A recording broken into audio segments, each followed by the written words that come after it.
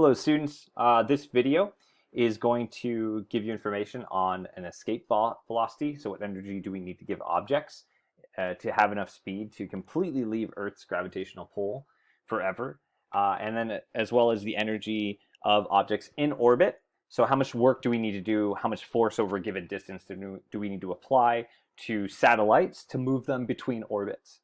So that's what we're going to look at. I'm going to try to keep this video short.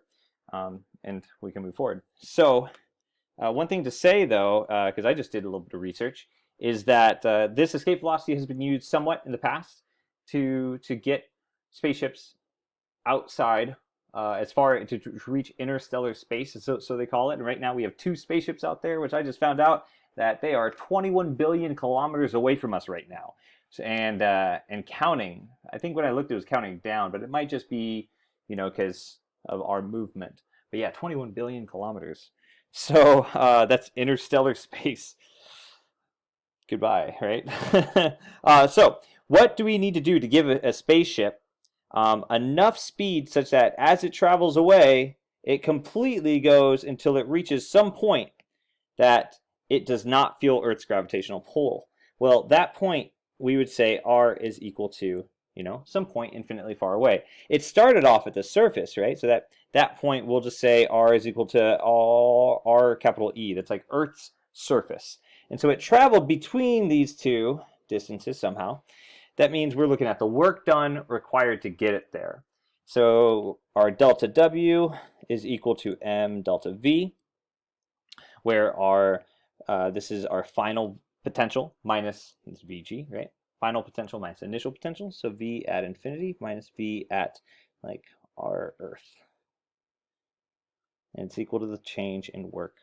So in order to use this work, like what does work really mean? Well, we have to give it a kinetic energy. So I'm going to go ahead and change this as of now to change in EK.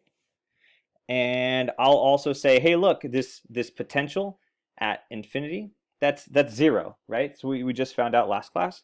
So all we really have is negative potential at Earth's surface, which we know the equation for. So let's plug that in. That's going to be M times, and then the negative potential, which is the equation itself is negative GM over R. So the negatives will cancel, and we'll end up with GM over R of the Earth's surface. And this is equal to the change in kinetic energy, so this is 1/2 mv squared. So this is, again, just another way of saying kinetic energy transfers to gravitational potential energy. It's this conservation of energy, where technically there is a plus 1/2 mu squared, which is 0 as well. So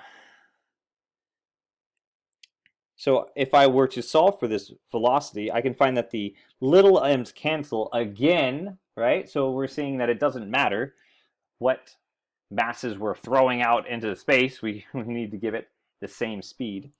And I can multiply by 2, multiply by 2, and I'll get a v squared is equal to 2 gm over re. Therefore, our escape speed is equal to the square root of 2 gm over r. And this is in your data booklet. This is the speed an object needs to completely escape Earth's gravitational pull forever. We're going to look at orbital energies now. So there's some things we already know, right? We already know these parts right here. We already know that our orbital velocity is square root of gm over r.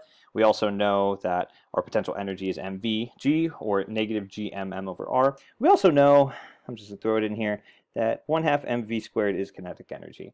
So let's see if we can play this video. All right, I got it working. So we are traveling through the Atlantic Ocean, about to hit Europe. That's what's shown in that little picture on the bottom. But it looks like we're traveling slow, but we're traveling about 7.7 kilometers per second, which is pretty fast. Kilometers per second, not per hour. So with this information, we have the mass of the ISS is 419,000 kilograms. The mass of Earth is 5.97 times 10 to the 24th kilograms. This radius of Earth, which is 6.37 times 10 to the 3rd kilometers, which we'll need to convert to meters but I know a kilometer is times 10 to the third meters, so I'll just change it to times 10 to the sixth, and this is what 408 times 10 to the third meters as well. Using this information and these equations, we want to calculate the kinetic energy, the gravitational potential energy, and the total energy. So at this time, go ahead and pause the video and solve for the kinetic energy. I will also pause the video, my recording, solve it, and so my answer is going to pop up in just a second.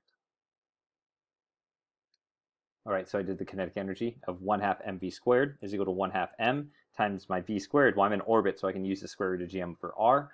So I get my final equation is 1/2 gmm over r. And solving that, I get 1.23 times 10 to the 13th joules. At this time, you can check your work, pause this video, and then I'm going to solve for potential energy, and it'll also happen the same way. I'm going to pause the recording and solve it. So it'll pop up in just a second. There it is. My potential energy is equal to negative 2.46 times 10 to the 13th joules. And you might be already noticing a pattern, and specifically it has to do with the equation that we used of negative gmm over r. I've seen that before. If you look at kinetic energy, it's there somewhere. And also in the numbers, it's obvious too. So this will add my final piece of my total energy, where my total energy is equal to the sum, my 1.23 times 10 to the 13th, plus my negative 2.46 times 10 to the 13th. So as you're looking at this, you might say, hey, wait, this is just a 1/2 some value plus a negative of that value. So this I already know the answer to. I don't have to put it in my calculator. It's equal to negative 1.23 times 10 to the 13th. That's a terrible 3. My 3's are terrible. Every video is going to happen. Joules. So the negative 1.23 times 10 to the 13th joules, that's equal to the negative value of my kinetic energy. So there's already some tricks going on, right? We know we have halves and we have negatives, and that's going to help us solve some problems. So when we look at this, and I saw it right here, this is my EK, right? And so my EK is equal to 1/2 times the negative of my potential energy. So if you really zoom in here, that's negative gmm over r. This is a positive 1/2 gmm over r. So those equations we're going to bring down here. My potential energy is equal to negative gmm over r. I use big R's and small r's. It doesn't matter. And my kinetic energy is equal to positive 1/2 gmm over r. And my total energy then, if I add these up, this is like looking at and saying, hey, if this is negative 1 and this is 1/2 and I add this up, I get a negative 1/2, right? So I should end up with a negative 1/2 gmm over r. So negative 1 plus 1/2 is equal to a negative 1/2. And that's that. So this is not in your data booklet. The potential energy is, but not the kinetic energy of an object in orbit. And this is really, really important. These are of objects in orbit. That means they're going at constant speed. That means that kinetic energy is not changing and no work is being done. But this becomes very, very valuable when we want to talk about, hey, how much energy do we need to move the ISS to another orbit or move anything? Which direction should we apply the directional force, the propulsion, and what will that do? Like if I slow it down or speed it up, what's happening to my energy, and can I use potential energy to help me with this? So that's where the total energy is going to be, and we're going to do some sample problems when we look at that. Just to kind of add in, like you might have the chance to look at it in terms of graphs. So this kinetic energy is like, like 1/2 of gmm over r.